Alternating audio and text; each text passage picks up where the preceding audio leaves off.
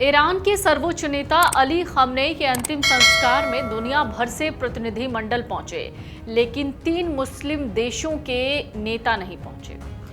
भारत के केंद्रीय मंत्री पहुंचे, चीन ने अपना विशेष दूत भेजा, रूस की ओर से वरिष्ठ प्रतिनिधि मौजूद रहे, तुर्की के उपराष्ट्रपति तेहरान पहुंचे, पाकिस्तान का तो पूरा कुनबा ही वहां था।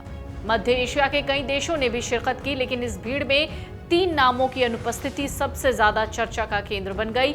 ये 3 देश थे संयुक्त अरब अमीरात यानी यूएई, बहरीन और कुवैत। ये तीनों देश न केवल मुस्लिम बहुल राष्ट्र हैं, बल्कि खाड़ी क्षेत्र की राजनीति और अर्थव्यवस्था के महत्वपूर्ण स्तंभ भी हैं। विशुद्ध इस्लामिक देश होने के बावजूद इन 3 देशों ने आखिर मुस्लिम दुनिया के एक बड़े चेहरे को श्रद्धांजलि देने के लिए अपना प्रतिनिधिमंडल नहीं भेजा। लेकिन क्यों? वो भी तब जब दुनिया के कई देश तेहरान में मौजूद हैं। अपने प्रतिनिधियों को जिस तरीके से उन्होंने वहां पर भेज रखा है, इसमें ये 3 देशों ने इतना बड़ा फैसला कैसे ले लिया? ये वो सवाल है जिसमें गल्फ कोऑपरेशन काउंसिल यानी जीसीसी की राजनीति, खाड़ी में मुस्लिम देशों के बीच की प्रतिद्वंद्विता और आपसी टकराव की कहानी छिपी है।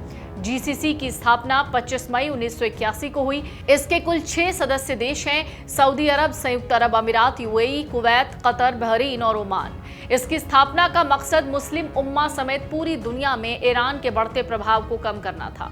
यहाँ ये भी जानना जरूरी है कि बहरीन को छोड़कर जीसीसी के सभी 5 देश सुन्नी बहुल हैं, जब ईरान शिया बहुल इस्लामिक राष्ट्र है, इसलिए भी इनके बीच प्रतियोगिता चलती रहती है। बहरीन की कहानी थोड़ी अलग है। ये देश है तो शिया बहुल, लेकिन यहाँ शासन सुन्नी अल खलीफा परिवार के पास है, इसलिए बहरीन का ईरान से तनाव रहता है। बहरीन की सुन्नी राजशाही लंबे समय से ईरान को नापसंद यानी ईरान के लीडरशिप को नापसंद करती है। ईरान पर देश के शिया समुदाय को प्रभावित करने का भी आरोप लगाती रही है। वहीं यूएई और ईरान के बीच अबू मूसा और टुम्ब द्वीपों को लेकर पुराना क्षेत्र विवाद मौजूद है।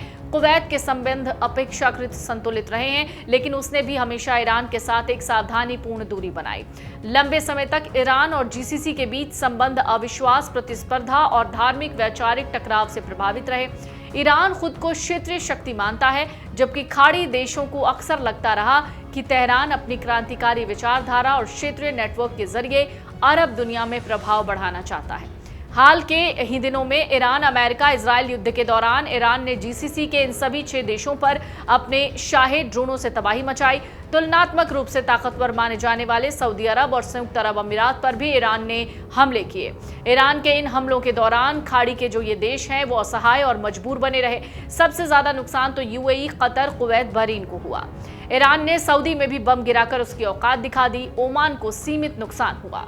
अली खamenei के अंतिम संस्कार में यूएई, बहरीन और कुवैत की अनुपस्थिति महज एक प्रोटोकॉल संबंधी फैसला नहीं थी, बल्कि एक खाड़ी क्षेत्र की जटिल कूटनीति का संकेत भी थी।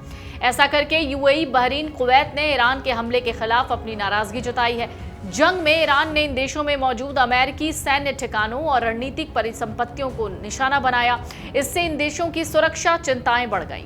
यूएई की विदेश नीति अब सुरक्षा पहले पर आधारित है। अबू धाबी ईरान को क्षेत्रीय खतरा मानता है और अपनी सुरक्षा के लिए इजराइल, अमेरिका के साथ सैन्य आर्थिक गठबंधन मजबूत कर रहा है। बहरीन लंबे समय से ईरान पर अपने आंतरिक मामलों में हस्तक्षेप का आरोप लगाता रहा है। बहरीन में अमेरिका का नौसैनिक अड्डा है, इसलिए उसका झुकाव भी अमेरिका की ओर है।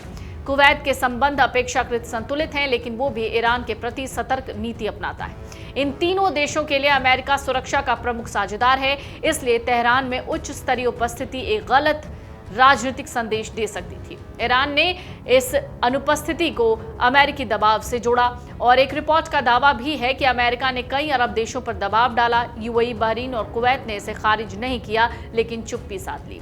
सऊदी अरब, कतर और ओमान ने ईरान के पूर्व सुप्रीम लीडर अली खamenei के जनाजे में आधिकारिक प्रतिनिधि भेजकर क्षेत्रीय कूटनीति का नया संकेत दिया है। सऊदी अरब ने उप विदेश मंत्री वलीद अल खुरैजी के नेतृत्व में डेलीगेशन भेजा।